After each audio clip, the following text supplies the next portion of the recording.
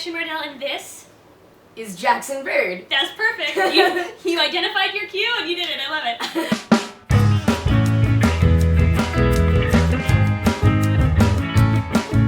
it. Will you tell my audience how you identify? I identify as a transgender man and a bisexual, basically. Yeah. Awesome, very cool. Yeah, did you know that? No. Hey! Right. That's great. Today's video is focused on how to be a good trans ally. Ever since you came out, what are some mistakes you've seen both online and in real life that people make after you come out? Pronouns are hard to get used to. Right. I understand that. Like, even in my head, you know, can be right. hard. If someone messes up pronouns, a lot of times they're so apologetic, and like, that's great. Like, that's good. But you don't need to feel that bad. It seems like they feel worse than like I might.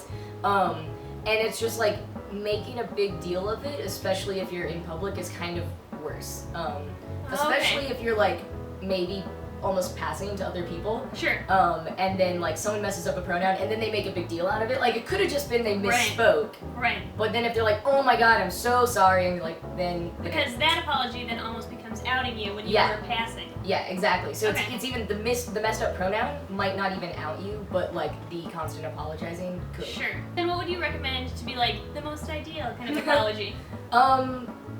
I think what is great is to sort of like fix it in the moment really quick and then find the person again later. And reach out to them like privately or in a, you know, discreet way. People in the trans community feel differently about this. Oh yeah. How do you feel when somebody comes up, isn't totally sure how you identify and asks your pronouns? How does that make you feel? Well, so when I wasn't out, I hated that. I was terrified of that. And I know that that's like, that is the thing that you should do. Like if you don't know, you should respectfully ask. And I will say, try to do it, again, in like a discreet and as private way as possible. So like don't do it like in the middle of a conversation with a bunch of other people. Maybe pull them aside and be like, hey, like what are your preferred pronouns?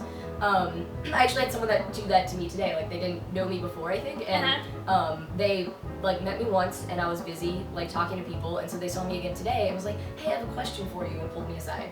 Yeah. And that was really great. Yeah, before I was out, I hated that question because I didn't want to like lie, but I wasn't comfortable with female pronouns, but if I was gonna say like gender neutral or male pronouns, like that was, I don't know, like a bigger conversation than I wanted to have. I guess, you know, if you're not sure, you should definitely respectfully ask, but be prepared that they might not give you a like solid answer. Okay, so moving away from mistakes, what are just some general tips that you could give my audience or anybody out there to be a good trans ally? I mean, I think the first part is thinking about the word ally. Like that is an active term. You know, it is a role and a title that you earn and that you have to always be working at. It's not just like, oh yeah, I like trans people, I'm an ally. You definitely need to like constantly be learning and listening to people and lifting up their voices. I think that's what being an ally really means. You said constantly learning and being educated, which I think is really important. How can people do that? Well, the internet is a great source of information, as well as the tube of you, as Heartbeat called it today in the amazing panel that you moderated. Oh, thank you so much! Speaking of YouTube and trans channels right now, are there any you can recommend to my audience? Yes, I actually have a playlist, we could put a link in the description box, of trans videos by other people, most of whom are trans, and I put a lot of like, especially when I find non-binary people, I put them on that playlist, so I can't remember their names off the top of my head, but they're in that playlist. And one thing I will say too, with the constantly learning, part of that is like, you know, maybe you read this one glossary of like what terms are or whatever, and then you meet a trans person and the way that they say they identify or something is opposite to what you've learned. Definitely do not be like, no, you're wrong. Like they are telling you their identity. You know, it's what the trans person tells you is their identity. And I mean, you should accept that and respect it. But if you are kind of polite, that might be a great opportunity to learn and be like, well, hey, I was taught this, so can you explain to me why you're saying that? What are some questions that might be considered rude? Yeah, don't ask anything about like what's in our pants.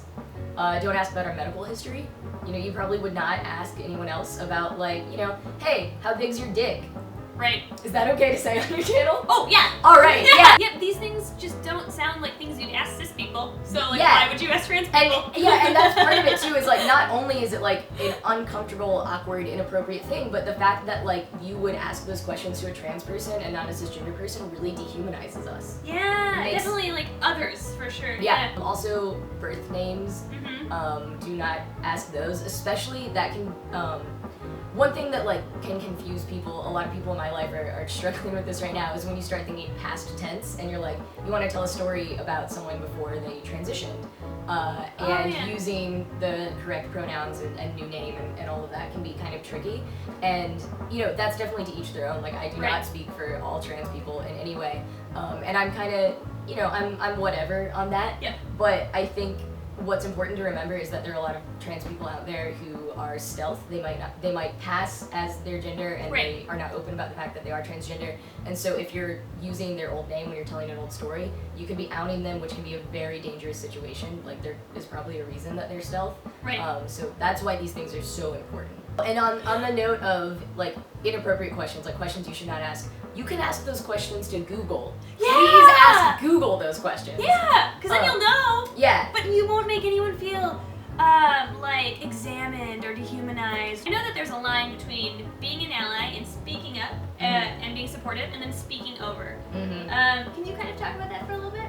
Yeah, well, you know, being trans, I think, is definitely, like so many other experiences, something that you can't really understand unless you're in it. Like, you can be so well educated, but you don't quite have the nuanced understanding that you get from living it. And so I think as an ally, an important part of your role as an ally is to lift up other people's voices, of like lift up trans people's voices and making sure that voices that are not heard are being heard, and listening to them so that you can learn from them.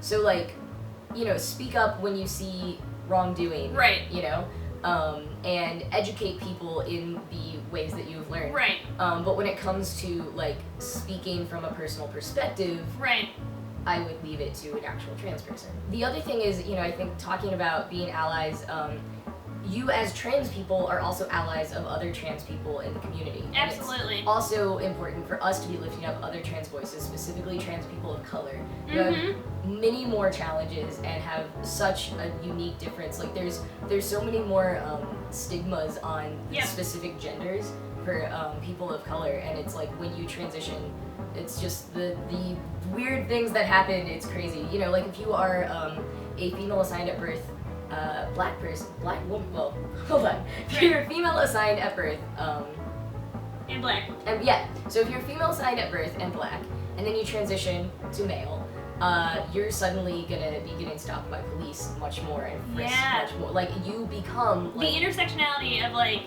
racism and trans issues just makes everything way more complicated. Yeah, I was at the Philly Trans Health Conference, and I attended an awesome panel on navigating the patriarchy as a trans masculine person.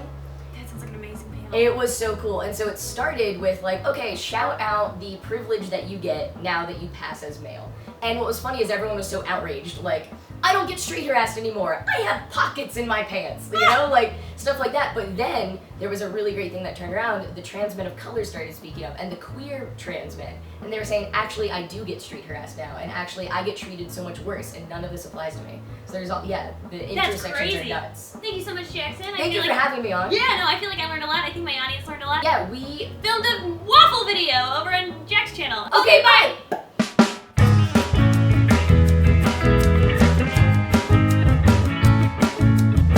A lot of people like know that they shouldn't be asking those questions to like people they know in their real life, but they think that trans people online, they can. Sure. And I mean, I think it's leaking a little. Oh, are we getting pasta juice? Yeah. Oh. This looks like it's kind of drying out, like it's getting cooked hard. This pasta's already cooked, right? Right. So now we're cooking it in a different way. You ready? Dun, dun, dun.